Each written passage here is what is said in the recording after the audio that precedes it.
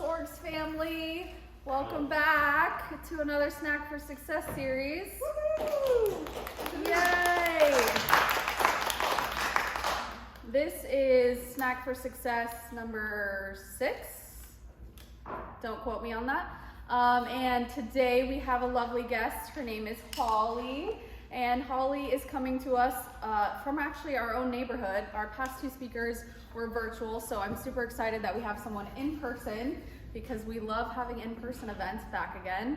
And Hollie is from Orlando Weekly. She's the Regional Operations Director. She also oversees publications in Tampa and San Antonio. I knew there was some Texas in there. And she's going to be talking to us today about work-life balance, and we're super excited to hear from her. So without further ado, Hollie.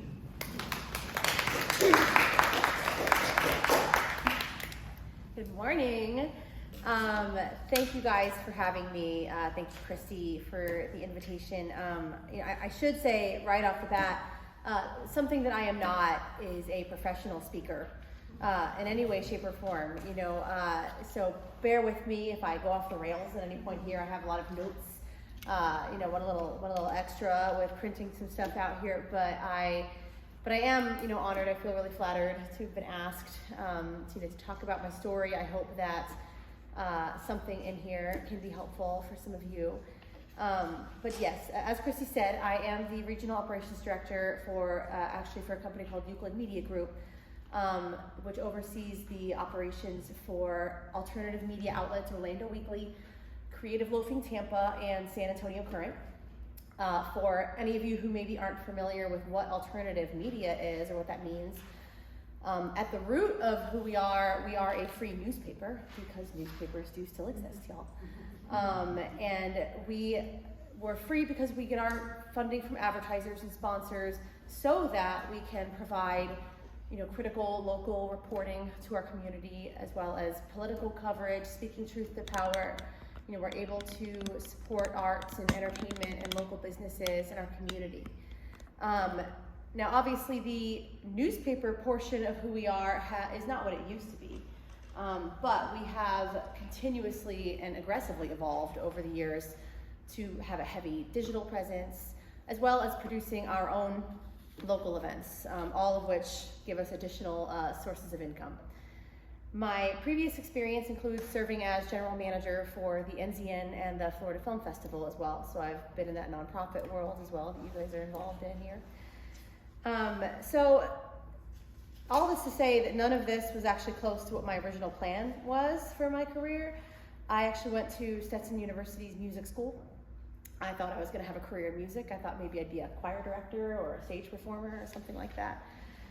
But a few years of intensely cutthroat competitive world in the arts, on top of a few years of really hefty student loans and a few major hurricanes and a few tragic deaths in my family, my dreams of finishing college came crashing down.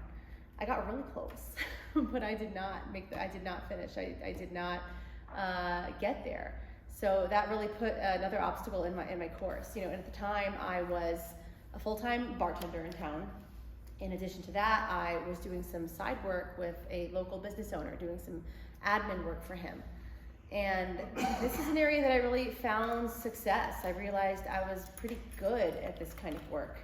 I could organize people, and their projects and their ideas. I could see processes for what they could be and what they should be and make those changes and make those things happen.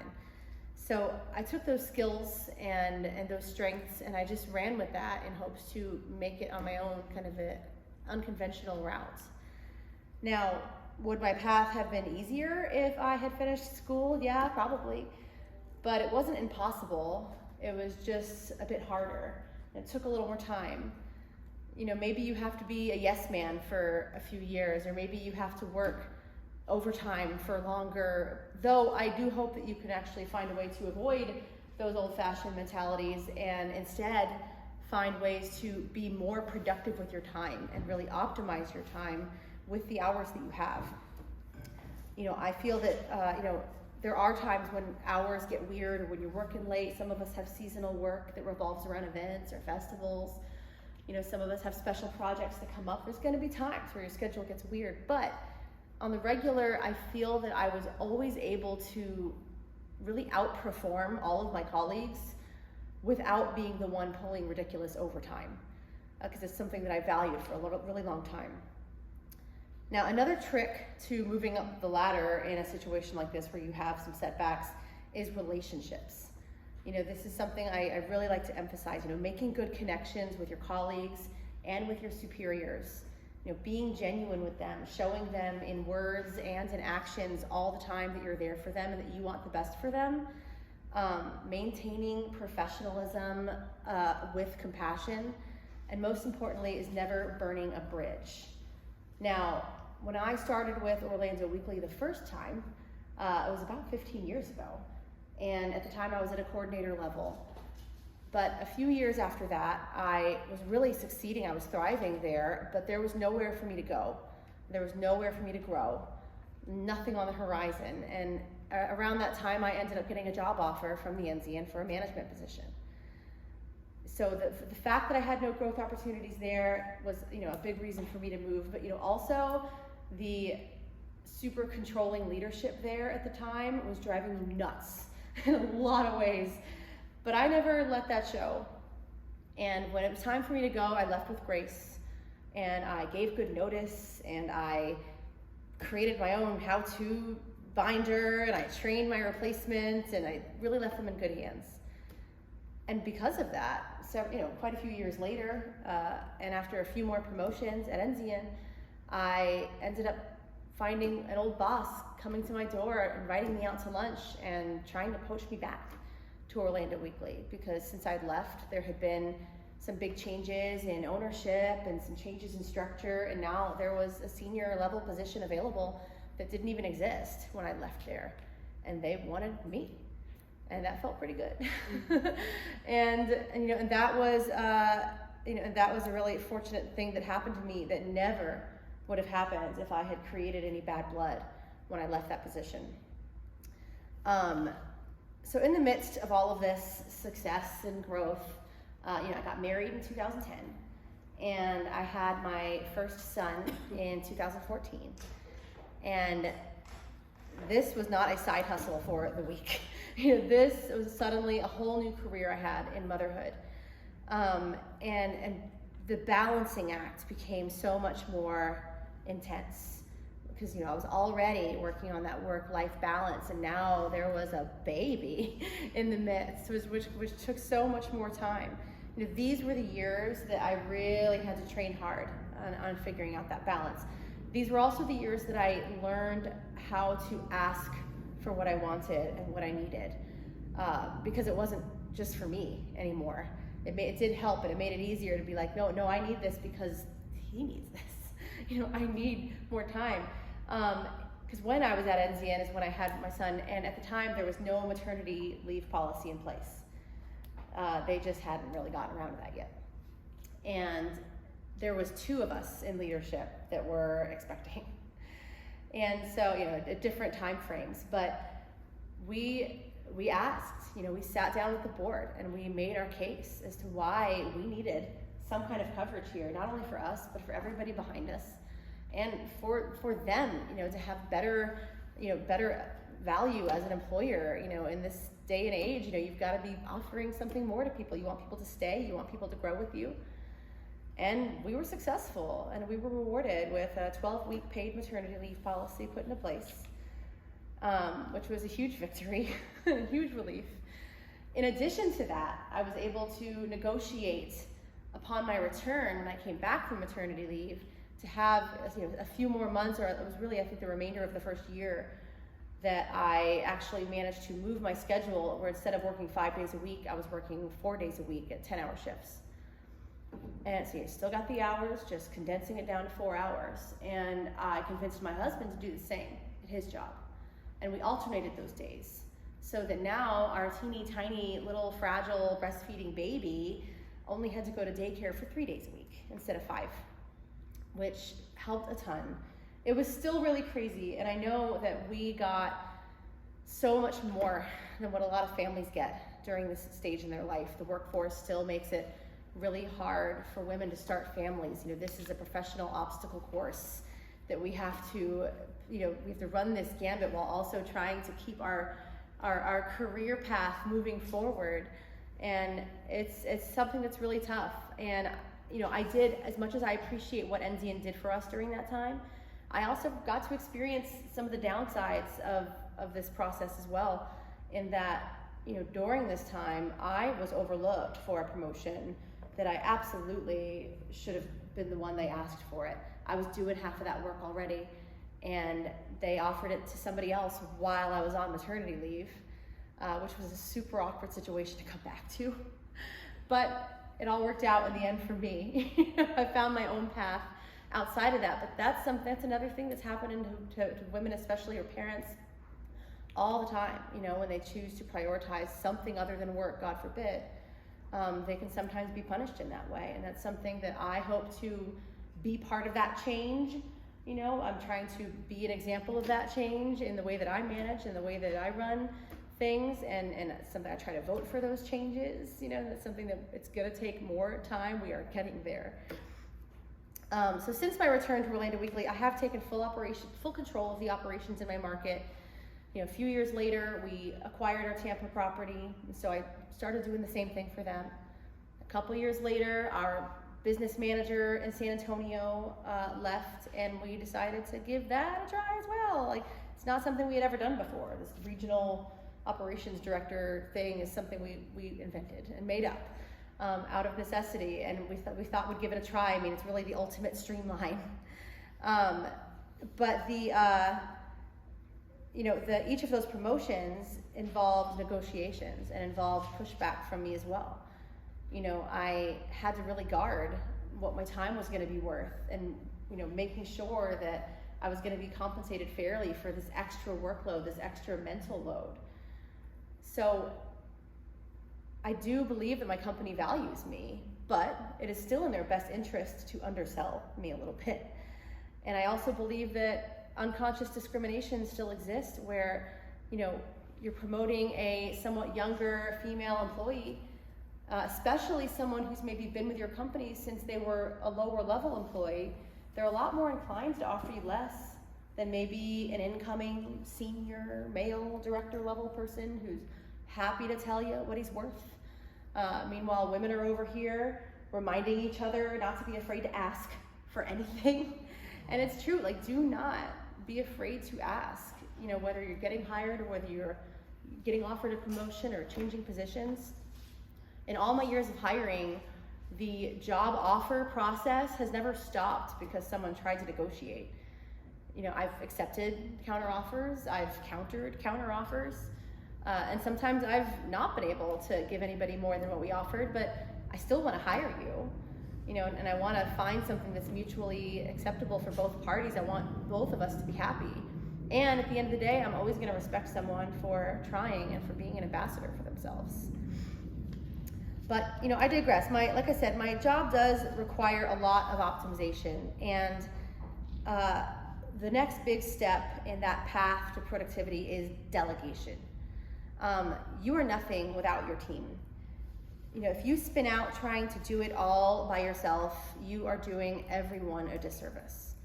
One of my quotes from this sort of whole thing is that when you delegating things routinely turns things into other people's routines.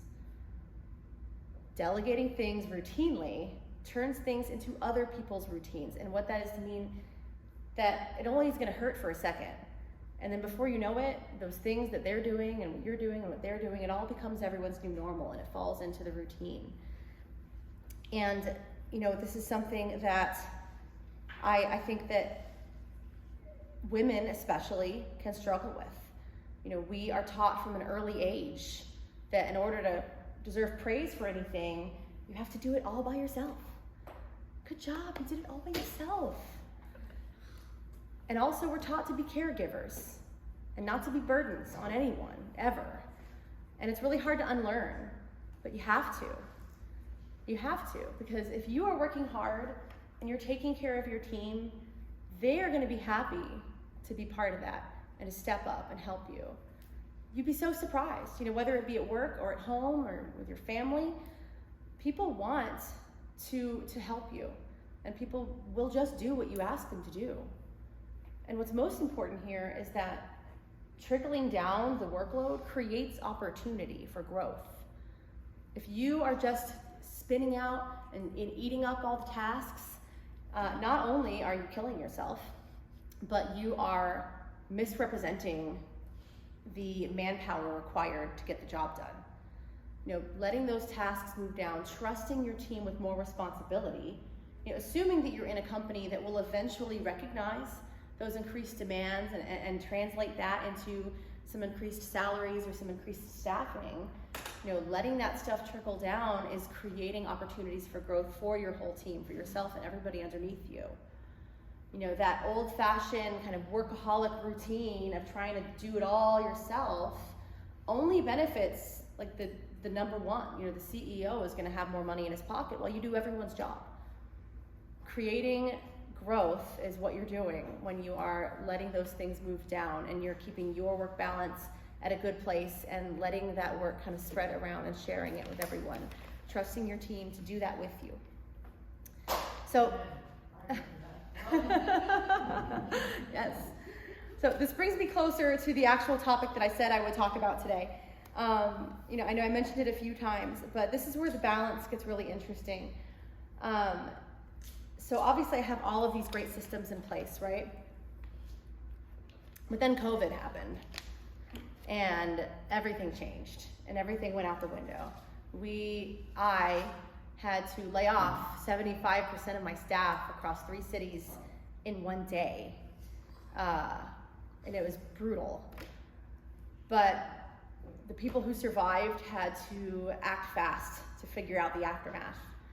And we had a really strong group of survivors. And we got it done, and we're still getting it done because that skeleton crew is still pretty much what it is today. The workload is catching up, the world's opening back up, things are getting better, and it's amazing. There's a lot of work on our plates now, and we're working on that problem, but at the time, all of that stress, and working harder than ever from home, with survivor's guilt, all while also worrying about a pandemic and teaching kindergarten virtually. My anxiety levels were at an all-time high. Anxiety is something I'd always dealt with. It started, it's been part of my life always as a type A personality, and I had postpartum anxiety, it turned into full-time anxiety. And, back when my son was born, I also kind of let my self-care fall away. I was so concerned with balancing all of these other things. Something that I sacrificed was my own health. And here we were in this high anxiety environment, and in September of 2021, I had a full-on stroke. Whole side of my body was paralyzed type strokes, the real deal. I was incredibly lucky to get help really fast enough to where I made a miraculous recovery with no residual symptoms whatsoever. I'm basically Advent Health's poster child now. I'm kind of a big deal in the neural ICU, you know what I mean? We eventually found out that I had a heart condition called atrial fibrillation, or AFib. What this means is that your heart doesn't pump in rhythm. It gets out of rhythm, and then it gets weak, and then it gets a little squirrely, and it's not circulating your blood properly. And so you can get blood clots, which cause strokes. And it comes and goes, AFib. So it can be hard to detect, especially when you're a stressed working mom who just thinks that you're feeling this way for 1.5 million other reasons. I had symptoms, but I didn't know what they were. My heart would race sometimes. I'd feel kind of palpitations sometimes. I would be a little chronically fatigued sometimes. I just thought it was because I skipped breakfast. I thought it was because the baby had a rough night. All of these excuses for why I wasn't feeling my best. And all the while, I had a medical condition that I didn't know about because I hadn't been to a general primary care checkup in about 6 years. this is something I really could have discovered earlier. But I made up for that. I made up for that lost time over the next several months of seeing every doctor all the time and figuring out what to do and how to get better. And we did. And in November of 2021, my heart was corrected. And I've been in normal sinus rhythm for 5 months now. And thank you. I've also been stroke-free and smoke-free for 7 months. Even cooler. And truly, it is amazing. I feel better than ever. Who knew? I didn't know what I was missing. It turns out that a properly working heart and good circulation, it makes you feel better in every single way possible. I highly recommend it. And I'm serious, if any one of you have not had a checkup at your doctor, within the last year or more, do it today. If it's one thing you do, even if you don't do this worksheet I gave you, go and make a call. If you've got insurance, make a call, get a general checkup. Make that happen. Save yourself a lot of time and pain. Going to the doctor once per year is way better than going 150 times in 3 months. All right, trust me, way better use of your time. And and also, if you're not feeling your best, talk to your doctor about it. Don't just assume that some of these symptoms you have, this chronic fatigue or any of this stuff. Don't assume that you're just supposed to feel like crap because you're getting older or something. When you're 30s, 40s, you're supposed to still feel pretty good, and if you're not, have a conversation with your doctor about it. Something important could come out of it. So I'm so thankful that I am well and that I'm able to be here and talk to you guys about all of this, but I'm ashamed that I let my health get to that point. I really thought I was managing everything and I was managing that balance, but really that balancing act was just another job, and what I really needed to do was let go of more and do less. Suffering a medical emergency really teaches you how to do that quickly. And I encourage you to find ways before it comes to that. I did give you guys a worksheet for you to do in your own time. When you have a little bit of quiet time to really think about your answers.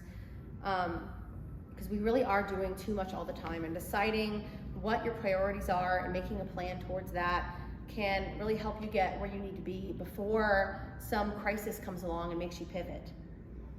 So here are some of the things that I've come up with in my assessments that have helped me. Number 1, self-care, obviously, number 1. And not just doctors though, I am pushing myself to prioritize sleep and exercise and meal prep and time outdoors and chiropractic and massage care. All of these things that make my life so much better. They make me better, and they're non-negotiable now. I've had a real experience, that made me fully value the preciousness of life and of our bodies and of our health. And truly, if you really start prioritizing these things with practice, the less important things that are taking up your time will start to fall away. Number 2, back to delegation again. Here it is again. While I was pretty good about this at work and have gotten better since, I wasn't as good about it at home. And I have a wonderfully willing and capable partner at home, as well as a 7-year-old son who is capable of doing things around the house as well. And so instead of me kind of eating up all of that work, I was good about it at work, but at home I was just doing so much stuff just because I was better at it. So I've really started becoming more aggressive about what I expect from my team at home. And guess what? They're freaking happy to do it, usually. But I'm also becoming bolder about asking friends and family for help when I need it as well, with childcare, watching the dog, so we can go take a little trip. This is another side effect of just having a hard time relying on other people, because you want everyone to know that you got this. You can do it all yourself, but you can't and you shouldn't and don't. So number 3 is slow down. And this is a 2-parter because the first part's obvious, is doing less. It's amazing how we got so busy, as COVID started to slip away. But now I'm actively trying to focus on how I spend my time and what I commit to. I want to make sure that we have some unscheduled time, in every week so that we can have some time to decompress. I'm also slowing down. Also, for me, applies to work. My company is small and scrappy, and we move really fast. And I feel like you guys are a little similar in some ways, where there's always been this general vibe that any ask that comes your way, like, needs to be done right now. It needs to be done today, or like in this very moment. It only takes 5 minutes. Right. It's just real quick. 5 minutes. Yeah. Just stop everything you're doing just for 5 minutes, and but this kind of flow doesn't work. and not everything needs to be done so quickly. And when you're a type A personality, when you're like me, and you've got a lot of stuff on your plate, sometimes you tell yourself that it is easier to just do it right now rather than having to put another thing on my list, another thing to remember, another thing that I have to do later. So a lot of times we just try to do everything right away so that it's just one less thing we have to think about later. And something that I've been challenging myself with is telling myself that this is a lie I'm telling myself. It's not true. You don't have to operate that way. Especially if you're in a healthy team that respects each other. Just because your boss has an urge and asks for 10 complicated reports, they probably know that that's going to take you a little time. They know you're busy. They know that this might take you a couple days. They might not even be planning on looking at it until next week. And this might involve having to have a conversation, in that moment, or with that supervisor, about what their expectations are so that you can prioritize your tasks and your time better. Not assuming that everything is a fire drill emergency. Because overall, you need to try to give yourself some grace to work at a healthy and reasonable pace. Have a good list. Make your hours as productive as possible and complete tasks in a practical order. And when the workday is over, walk away, knowing that your list is right there where you left it in the morning. It's not going anywhere. The work continues. Because you're one person.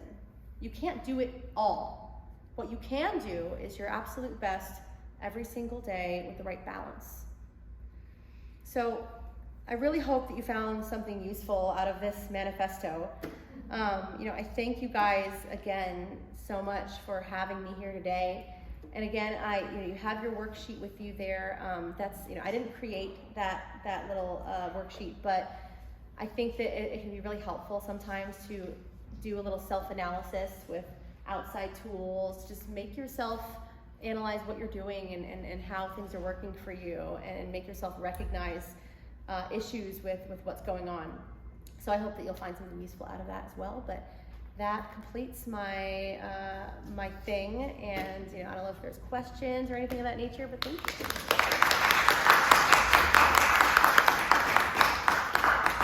First of all, thank you, Holly, for sharing your incredible story. I cannot imagine what you went through after a pandemic and then having to go through such a huge medical emergency. Whole thing, yeah. With a young child and a full-time job. So thank you for sharing that with us. Yes.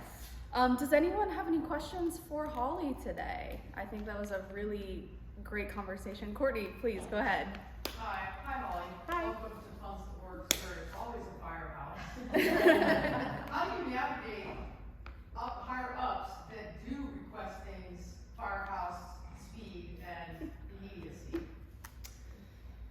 Communication. I mean, and that's my life.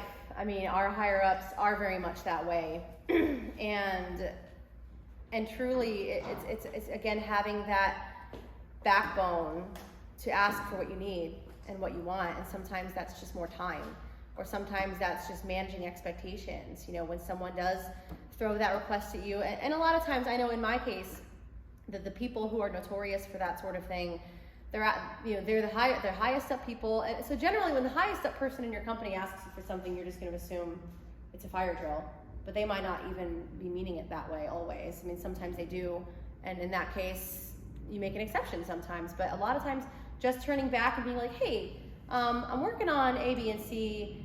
When do you super need this by? would tomorrow work or Wednesday? Like, can I, and just sort of having that open line of communication and continuing to make that negotiation sort of part of your regular communication, and it gets less awkward over time. And more often than not, in my experience, where I've assumed that these people at the top are always running a fire drill, again, because they act that way, it also means they're probably a little unorganized and a little all over the place, and they are not naming any names, okay? But seriously, I mean, they might seem like they want it as a fire drill, but then they're going to forget about it for like 6 days, and they're going to look at it next Tuesday, and you fire drilled for nothing. And so sometimes if you do just turn around and ask them questions like that, they might be like, oh, no, it's just whenever you get a chance, by the end of the week, I don't know. But having the communication line open about it, I think helps a lot. So Holly, I'll just give you some background because we're all giggling, and I don't want you to think it's because we're giggling at you. We're not. No, I get it. They're giggling at someone. Courtney is actually married to the CEO, so that's why we're all giggling, because we do have a lot of fire drills, and she's married to the fire drill. So fireman. Yes. So Courtney, Holly said, work on your communication and negotiate. Yeah. So with your Wayne's gonna watch this later. Yeah. With your work team and your home team. Both teams need both communication and negotiation. Well, I mean, that just goes to say that, Yvonne needs stuff from Judith, or Donna needs something from me, or vice versa. So it's not just from the CEO to anybody in this room, but it's just within each other as well to know, hey, when do you really need this? Right. So Yes. Right, and something that I think I glazed over it that I meant to say during my talk was that it's amazing how much work we create for ourselves and for each other at work sometimes that is non-essential, and that's something that I try to address more and more in the workplace. When I got sick, it's incredible how much stuff just fell away that either got done way later or never got done, and guess what? Nothing happened. Nothing happened because a handful of these tasks just got missed. And as someone like me, missing a task feels like the ultimate failure. Ultimate failure. God forbid I should ever drop a ball. But some of those balls are meant to be dropped sometimes, I think. Not everything is mandatory, and really kind of getting to know what these differences are. And if you're doing things, spending a lot of time on things that don't seem hyper important and don't seem like they're being utilized, question those things and find out if they need to be done. Usually whenever I've started at a new company, I end up maybe even revising, if not eliminating, whole processes, as I've found ways to streamline at these new places, because hey, there's this massive report I do every week. Who looks at it? You? No? How about you? No? Do you look at this report? Okay. No one's looking at that. Great. So, yeah. Okay, that was a great question, Courtney. Thank you for that. Does anyone else have questions? Deb, Tom? Oh, Justin. I know you mentioned obviously the things that have happened since the pandemic started. As things have kind of progressed back into a new evolved pattern, if you will, how much obviously with everything that you've changed in your life, but how much feedback have you gotten from your survivors, from your staff that are still there about those same things and how their lives have had to evolve or change? Have you gotten a lot of feedback from them about the same types of challenges? Absolutely. Feedback, anxiety, because kind of in that same boat. Yeah, absolutely. This has been such a remarkable universal experience that we've all gone through. Where we are all, so many of us are having such a similar struggle at the exact same time, which is really unusual, something I've never experienced in my life to this extent. And it does, in some ways it makes it easier for us to help each other and condone and console each other, and we can all vent about it together. But in some ways it makes it a little harder because we are all dealing with the same struggle and the same anxiety, and we can't, not any one of us is immune to it to where we can just go and help this other person out who's having a hard time, because we're not having a hard time right now. It's their season. It's all of our seasons at once, which does make it extra difficult. And we, at our company, we've done as many things as we can think to do to try to take the weight off of people, and to try to, put a little less pressure on people, when things were particularly dark and hard, and everybody and people were venting about a lot of those stresses and a lot of those issues, and really all I could personally do in a lot of those cases was try to move delegated things around, try to make sure that people had a reasonable workload. There was a lot of things during that time that we put on the back burner, a lot of routine tasks and reports that are helpful, when we're really busy, but that aren't essential, and so we were able to kind of give people a little less to do, especially since we didn't have as many people as we had to. But most importantly, just being a compassionate ear for people and making sure that they know that I care about them and that I want them to be well and that we want everyone to be happy and stay. Turnover is a terrifying concept for us during the pandemic, especially, like the thought of like losing a staffer when we already lost so much was not an option. But yeah, I know a lot of people have been having a hard time and have been finding their own ways to cope and to find joy and to find solutions that work for them during that time. It's certainly been a wild experience for all of us. I'm not sure if that answered your question. It's tough. It's a hard one to answer for sure. Questions? Who else has questions? It's an open-ended question. Carmen? Yvonne? No one? My question, since you work at Orlando Weekly, I'm obviously an avid fan because I attend all events, but what's your favorite thing about working in Orlando and working for Orlando Weekly? Gosh, it's cool to be, obviously I wanted to be in the arts and that didn't pan out for me exactly, but I have managed to surround myself with the arts instead. Mind you, don't get any misconception, I am the most boring person at my company, 100%. I'm the one doing the payroll and the deadlines and the HR stuff and the PTO and the budgets and the financial analyses and the property management, and I am the only one who gives a crap about any of that. Everyone else at my company is hyper creative. They're writers and they're designers and they're producing events and they're doing all of this fun stuff, and I'm over here herding the cats. I'm the one person in the company basically who's got that side brain, who's managing that stuff. But I get to be around it still, and I get to be part of it. I'm not creating art, I'm not creating stories, but I am making the foundation in order for them to be possible. And I am making sure that what we're doing is sustainable so that we can keep doing it, and so that we can keep creating, providing that news to our community, which was at its greatest risk during the pandemic. Local media outlets took some of the biggest hits in all of this. So many of our publications shuttered during the pandemic, and during a time where people needed us the most. People needed our words and our news and our updates the most. And so being able to kind of create that environment, for art to happen and for news to happen and for important things to happen is really rewarding. Yay. Any other questions? No? Okay. Hollie, thank you so much. Thank you.